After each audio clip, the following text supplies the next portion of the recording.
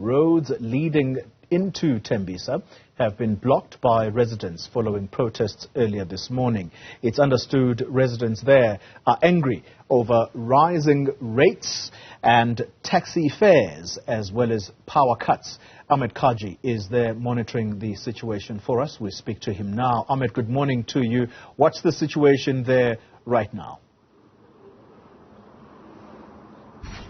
Yes, Toli, the roads entering into Tembisa have all been blocked from the early parts of this morning from approximately 4 a.m.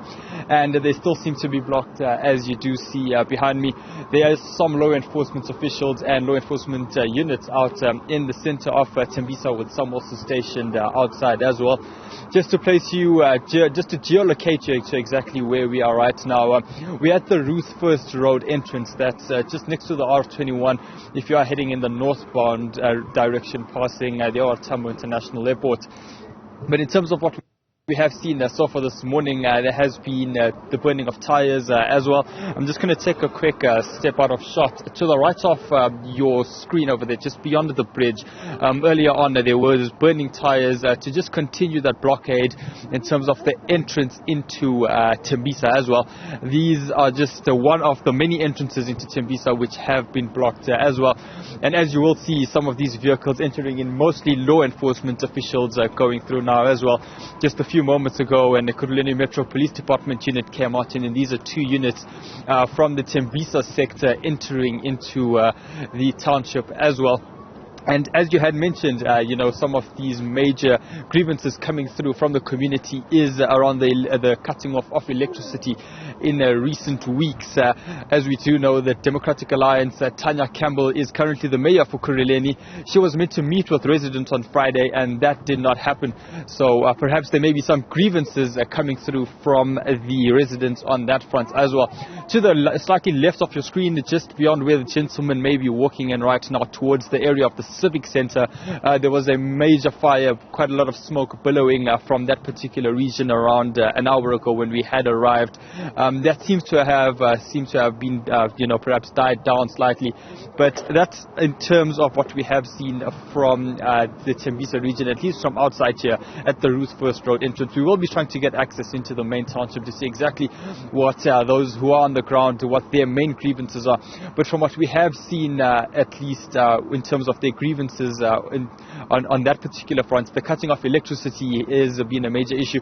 The increase of rate and taxes has been something which has been implemented across the country, and perhaps these residents who may be facing difficult financial times, the rising of fuel prices, the rising of food prices as well, these are just major grievances which we are seeing, and that's coming to the fore as well.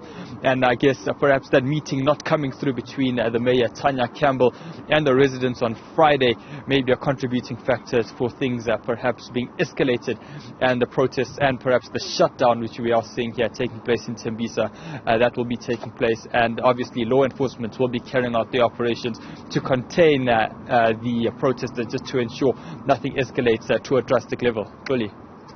Ahmed, just before I let you go, something coming through the Twitter feed, and I'm just going to tell you exactly this account. It's a Twitter account with the handle Vehicle Trackers, and they have posted two pictures of what they say, and I want to quote directly now the caption of this tweet, that hashtag Tembisa protesters have set the Tembisa SARPs, that's the police station, alight. And then there is the advice, avoid. I take it that you may not be aware of that as of the moment, because the tweet itself was actually posted at about 10:54 this morning. I suspect that's just some of what you're possibly going to be investigating. And this is exactly what authorities always warn about, to say you can vent your anger, but do not do something that is going to later compromise the community. Police resources around the country, we know that they are in short supply. So when you burn down a police station, I'm not sure what kind of assistance may come that community's way when it comes to policing.